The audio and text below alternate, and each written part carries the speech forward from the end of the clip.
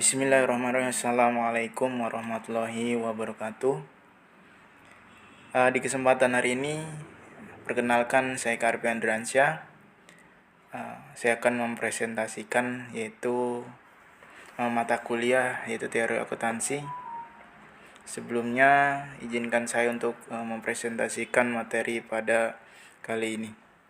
Untuk mempersingkat waktu, langsung saja kita mulai pembahasan materi pada kali ini. Kita langsung ke slide berikutnya. Oke, di slide ini yaitu yang pertama menjelaskan teori akuntansi.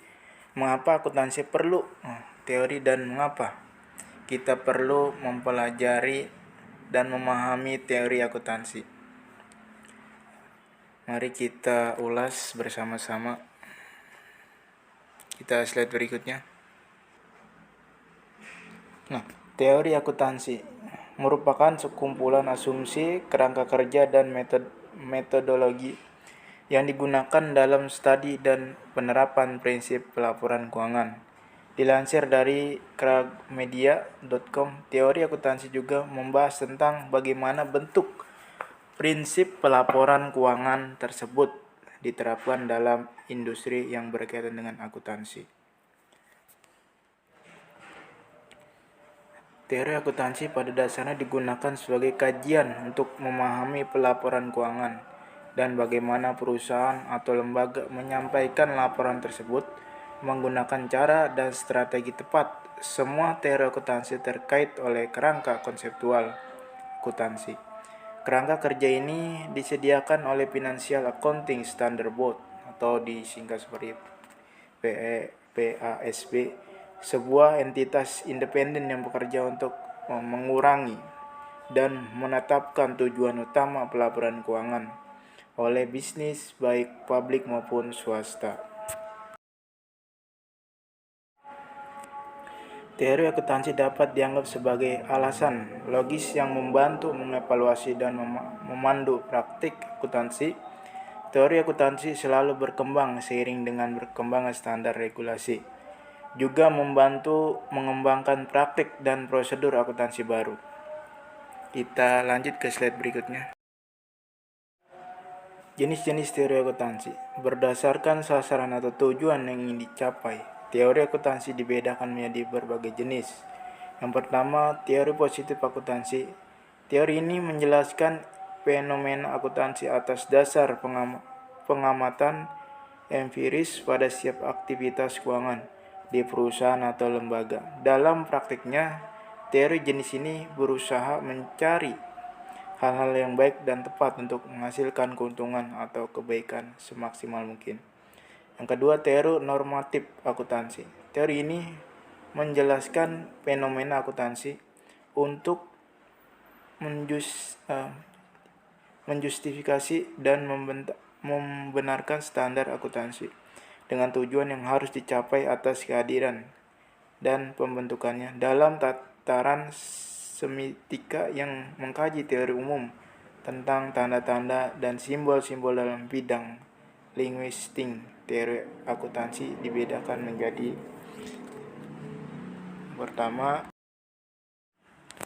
di sini yang pertama teori sintaktik, yaitu teori yang membahas tentang pelaporan keuangan dan memberikan penalaran tentang mengapa data atau informasi bisa disajikan dengan cara tersebut.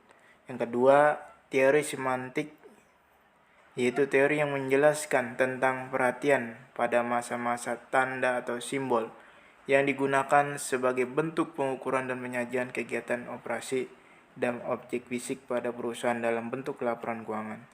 Teori pragmatik, yaitu teori yang membahas tentang mengaruhi informasi terhadap perubahan perilaku dalam menggunakan laporan keuangan. Teori ini menjelaskan bagaimana reaksi pihak yang dituju oleh informasi-informasi akuntansi yang digunakan secara tepat. Kita ke slide berikutnya. Tujuan teori akuntansi. Akuntansi memiliki tujuan yang ingin dicapai dalam aktivasinya, sehingga digunakan dan diterapkan sebaik mungkin. Adapun tujuan teori akuntansi adalah menjadi dasar untuk melakukan evaluasi dan menjelaskan prinsip akuntansi Hasil akuntansi bisa menyederhanakan sesuatu yang kompleks dan menyeluruh. Lanjut dari teori akuntansi dapat memecahkan masalah secara lebih tepat. Teori akuntansi dapat memprediksi sesuatu yang akan terjadi dalam jangka waktu dan kondisi tertentu. Sedangkan teori akuntansi bisa membantu mengidentifikasi, menjelaskan sampai menyimpulkan bentuk fenomena dalam bidang akuntansi. Kita ke slide berikutnya. Elemen teori akuntansi. Relevansi elemen ini penting dalam akuntansi karena setiap keterangan dalam akuntansi harus sesuai dengan relevan dengan seluruh aspek di dalamnya. Kegunaan elemen ini menjadikan akuntansi sangat bermanfaat dalam membuat laporan keuangan yang tepat dan kredibilitas sehingga menjadi data yang tepat untuk mengambil keputusan. Elemen ini juga bisa membantu perusahaan, lembaga, atau bisnis untuk menghasilkan keputusan atau langkah dan strategi potensial untuk menghasilkan keuntungan yang maksimal. Kita slide berikutnya. Di sini ada prinsip dasar akuntansi. Cost principle. Berdasarkan prinsip teori akuntansi, semua aset dalam bentuk apapun harus dicatat sesegera mungkin setelah didapatkan atau dibeli. Melalui pencatatan atas biaya pengeluaran akan menjadi bisnis tetap teratur dan berada sesuai jalur. Kita lanjut ke slide berikutnya. Nah, ini ada prinsip dasar akuntansi. Matching prinsip. Prinsip dasar teori akuntansi dalam poin ini yaitu mencocokkan pengeluaran dengan pendapatan selengkap mungkin. Next. Nah, di sini ada prinsip dasar akuntansi yang ketiga, materialis prinsip. Pada prinsip ini hanya transaksi keuangan yang sudah selesai dilakukan yang dapat dicatat sehingga pencatatan terhadap transaksi yang belum usai perlu ditunda terlebih dahulu. Prinsip ini juga menekankan pada pengeluaran sekecil apapun per bulan. Jika dihitung selama 1 tahun maka akan berdampak signifikan pada anggaran sehingga pencatatan menjadi aktivitas yang sangat penting untuk dilaksanakan. Slide berikutnya, prinsip dasar akuntansi. Konversi prinsip liability. Memiliki dampak yang signifikan pada bisnis apapun. Prinsip ini menyarankan bahwa sebaiknya selalu melakukan pencatatan pada setiap liabilitas. Hal ini karena dapat membantu bisnis menyiapkan sejumlah dana untuk membayar utang, serta merupakan cara terbaik dalam rangka perencanaan anggaran pengeluaran di masa depan. Prinsip dasar yang kelima, time period principle. Prinsip ini merupakan sebuah konsep di mana bisnis harus membuat laporan dari hasil operasional yang telah dilakukan di setiap periode. Hal ini bertujuan untuk menciptakan satu aset variabel sebagai perbandingan dari waktu ke waktu serta bermanfaat dalam analisis tren. Kita lanjut ke slide berikut. Selanjutnya yaitu fungsi teori akuntansi. Mengumpulkan, menggantikan, dan menyiapkan data keuangan sebuah bisnis. Yang pertama, yang kedua, menyediakan informasi yang akan digunakan dalam berbagai jenis laporan termasuk laporan keuangan. Memberikan informasi penting mengenai keuangan yang akan menjadi dasar dalam perencanaan dan keputusan strategis dari perusahaan. Selanjutnya ada membantu perusahaan untuk melakukan metode yang efektif dalam mengontrol, mencatat, dan mengolah data keuangan agar lebih efisien dan akurat. Kita lanjut ke slide berikutnya. Selanjutnya ini mengapa akuntansi perlu teori. Karena melatar belakangi penerapan suatu metode dalam praktik serta untuk memberikan penjelasan agar kita bisa menjawab dan mengerti apa yang kita pelajari. Hal ini juga dijelaskan di fungsi teori akuntansi. Jadi teman-teman sekalian, mengapa kita harus mempelajari sekali lagi teori akuntansi? Agar kita bisa memahami apa yang kita pelajari, apa yang kita telaah, apa yang kita yaitu pahami mengenai teori-teori akuntansi ini. Selain teori, Dari teori inilah kita bisa terjun praktek langsung ya. Alangkah baiknya kita harus mempelajari teori terlebih dahulu, kurang lebih seperti itu. Kita lanjut ke slide berikutnya. Di slide berikutnya itu memahami teori akuntansi. Ada beberapa manfaat mempelajari teori akuntansi sebagai berikut. Yang A, teori akuntansi dapat membantu memprediksi mengapa manajer memilih metode akuntansi tertentu. Yang B, teori akuntansi dapat menjelaskan mengapa individu tertentu dengan latar budaya tertentu dapat mempengaruhi informasi yang disediakan. Yang C, teori akuntansi dapat membantu menyediakan cara bagaimana saat dinilai. Yang D, teori akuntansi dapat menjelaskan tentang informasi akuntansi apa yang harus disajikan kepada pemegang saham tertentu. Yang E, teori akuntansi dapat memprediksi bahwa pihak tertentu memiliki kuasa yang besar atas informasi akuntansi yang harus dilaksanakan. Kita lanjut ke slide berikutnya. Nah, slide berikutnya kita menjelaskan apa yang dimaksud dengan konsep dasar akuntansi dan apa peran dalam perekayasan dan penyusunan standar akuntansi. Mari langsung saja kita bahas teman-teman di slide berikutnya. Konsep dasar teori akuntansi. Teori akuntansi dapat berjalan dengan baik dengan 4 konsep dasar yang bisa menentukan dan menjelaskan pedoman penting dalam manajemen bisnis. Yang pertama, konsep aktual. Konsep ini menjelaskan bahwa bentuk pendapatan dari sebuah transaksi dan liabilitas perlu dicatat saat transaksi tersebut terjadi secara lengkap. Misalnya, saat pedagang grosir atau eceran memesan dan menerima sebuah barang dengan nominal 1 juta rupiah, namun belum membayar di saat itu juga, maka pedagang perlu mencatat liabilitas atas kewajibannya. Sama halnya dengan distributor atau pemasok yang akan menghitung penjualan barang tersebut. Kita slide berikutnya teman-teman sekalian. Selanjutnya konsep dasar teori akuntansi yang kedua, konsep konsistensi. Konsep ini menekankan pada metode akuntansi yang diterapkan di sebuah perusahaan, yakni metode tersebut harus selalu digunakan secara konsisten. Contohnya, akuntan telah memutuskan untuk menggunakan metode double entry accounting pada catatan bulan periode tersebut, maka dia harus konsisten menerapkan catatan itu sampai selesai. Kita lanjut ke slide berikutnya. Yang ketiga itu konsep kelangsungan. Saat mengelola sebuah bisnis, akuntan harus berasumsi bahwa bisnis ini layak dan akan segera beroperasi. Jika akuntan menentukan bahwa bisnis itu akan berjalan baik di masa depan, dia harus menyatakan alasan yang tepat di balik asumsi ini dalam laporan keuangan. Apabila akuntansi merasa bahwa bisnisnya tidak akan bertahan di masa depan dan dia tidak memiliki cukup bukti untuk pendapatan ini, dia harus memberikan disclaimer dalam laporan keuangan. Kita berikutnya teman-teman. Konsep yang keempat ini yaitu kehati-hatian. Berdasarkan konsep teori akuntan ini, liabilitas harus diperhitungkan dalam neraca.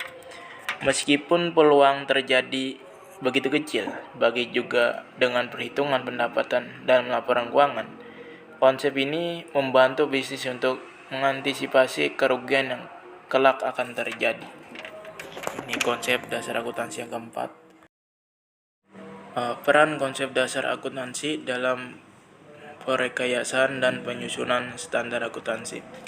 Konsep dasar akuntansi berperan penting sebagai salah satu dasar atau pertimbangan dalam perekayasan dan penyusunan prinsip dan standar akuntansi.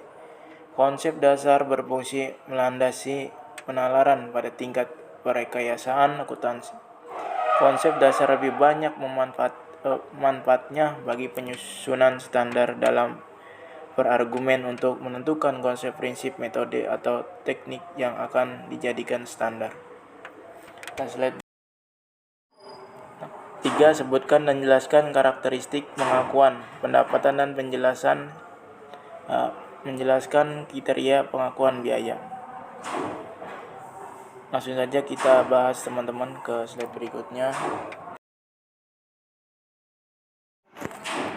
Kriteria pengakuan pendapatan.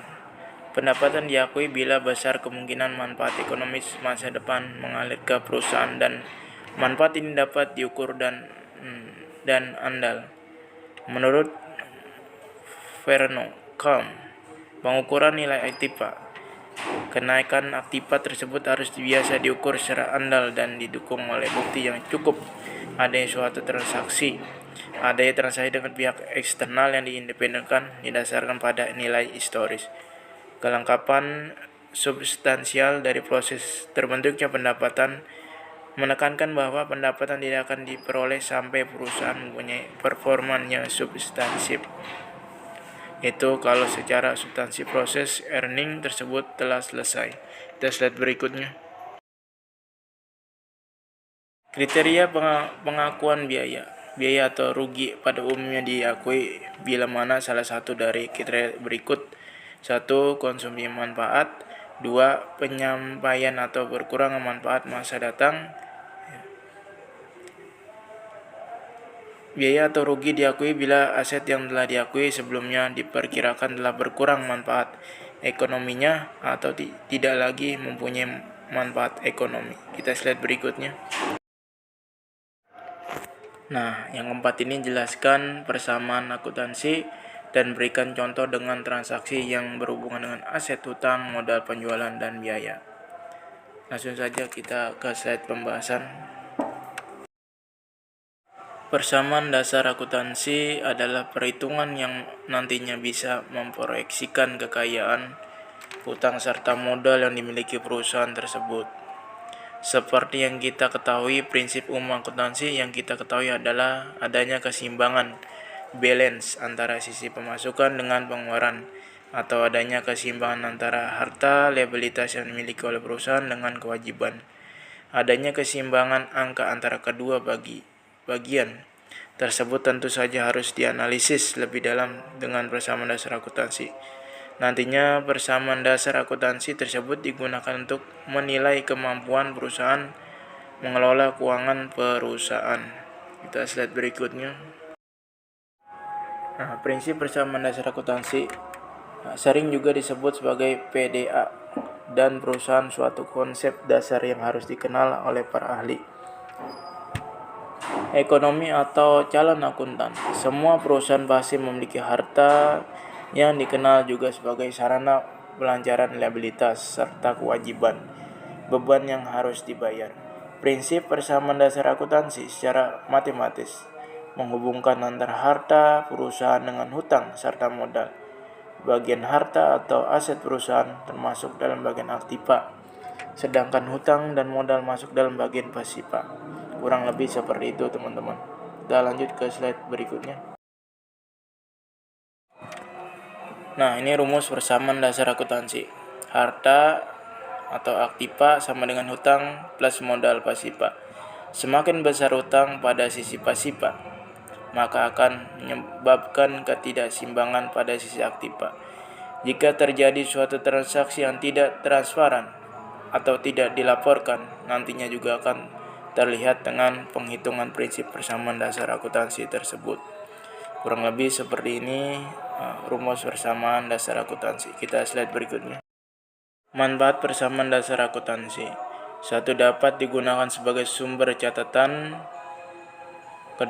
Acuan dalam pemeriksaan saldo. Yang 3. Alat untuk mengoreksi ketepatan saldo.